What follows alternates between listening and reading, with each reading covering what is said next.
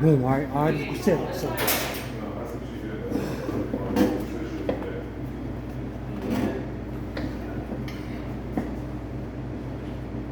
me the word. You say nothing, girl. You gotta take advice, you know what I'm saying, from adults. Good evening, viewers. We're here again to another session of our Two Good Men Movement podcast. Shout out to the founder, Akil, right here. All right. Today again, this is part two from the last conversation I had. Long-time schoolmate, friend, financial broker, life insurance agent, IT consultant, my brother Akil Simmons. Now, some of the questions we didn't get to last time. First thing I want to address with him and to ask him, what is credit and why is it so important? So credit is basically a score that's telling the world how trustworthy you are with borrowing money. There's also a score that kind of deals with your credibility when it comes to insurance too. Like car, to check your credit when you get car insurance. You know, to see, you defaulted on loans, you don't pay hospital bills or anything like that. So credit can become important because, in my opinion, people say cash is king, but I see possibly that's true. Credit is a queen, right? So what game of life are you playing? In chess, the object of the game is to protect the king, the cash. The most powerful piece on the board is a queen.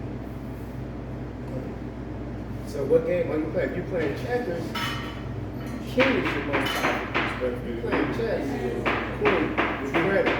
So that's why I think credit is so much important. It's important to keep a well-balanced score when it comes to borrowing money, when it comes to getting a job. There's a lot of things that your credit is tied to that you have no idea until this time. Furniture, anything tangible that you're trying to obtain and you don't have all of the cash for it, Credit will take care. that's where credit comes in. Okay. That's where having good credit comes in. It can make the difference in you paying $250 a month for a car or $550 a month for the same car. Okay. So that brings me to my next question. So what do you consider, what is a good credit score? It depends on what you're trying to do. I would say 650 and up is a fair score. You can walk into a bank and get a small credit card. You can walk into a car dealership, get a reasonably loaded car. You can walk into a bank and get a home loan, for the 650. So I think that would be like a fair rate. 720 and up is good. In getting into the great category. That's where you'll start to see the difference in, let's say, a car. Let's say that's 350. You'll start to see it come down. Once you start hitting the 720s, it'll be 275, 265, 245. And so that's, those few 50, 60 points, whatever it is, will make that much of a difference when it comes to those type of things. Well, how do you make the number more credit? How do you increase your number? Sure. So the best way to increase your number is by using it and keeping your utilization low. What I mean by utilization, let's say you have a credit card, $10,000 limit, right? You want to, the rule of thumb is you want to keep that credit card below the 30% of the threshold. So what's 30% of 10,000? 3,000? you want to keep that credit card limit below 3,000, but still use it monthly so it gets reported to your credit report, and it shows activity.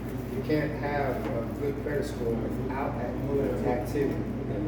You gotta show that you're able to. Yeah, if you have old, things that are old, the credit cards that you owe, that are old, it doesn't help you as a card that you used 25 days, 30 days ago.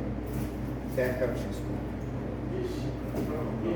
Well, that brings me to another question.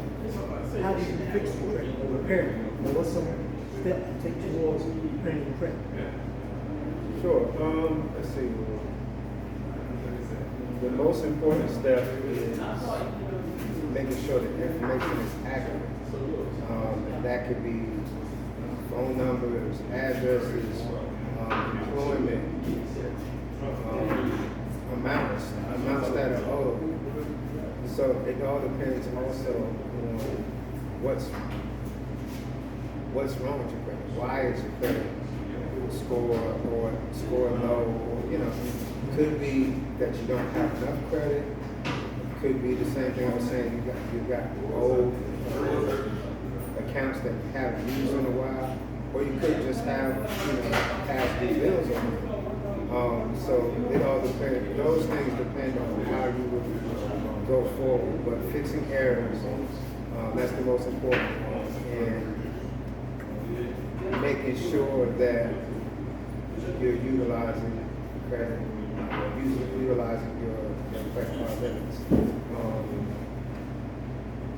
and paying your past due bills. Now, let me touch on this a little bit. You don't just want to pay, especially if it's already in what's considered default or late. You want to contact them first, and there's free letters out there that will guide you with the right words to say.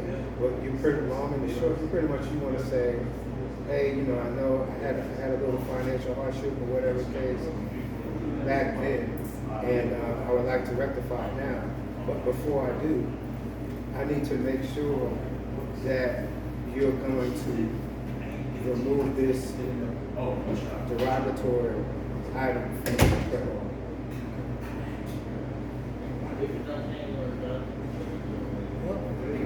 Man just gave us an earful right now, an earful of information. We'll be definitely be having more interviews with him in the future, because he got a lot of more things that we can discuss. From life insurance, being an IT consultant. But for now, thank you very much on behalf of a few young men.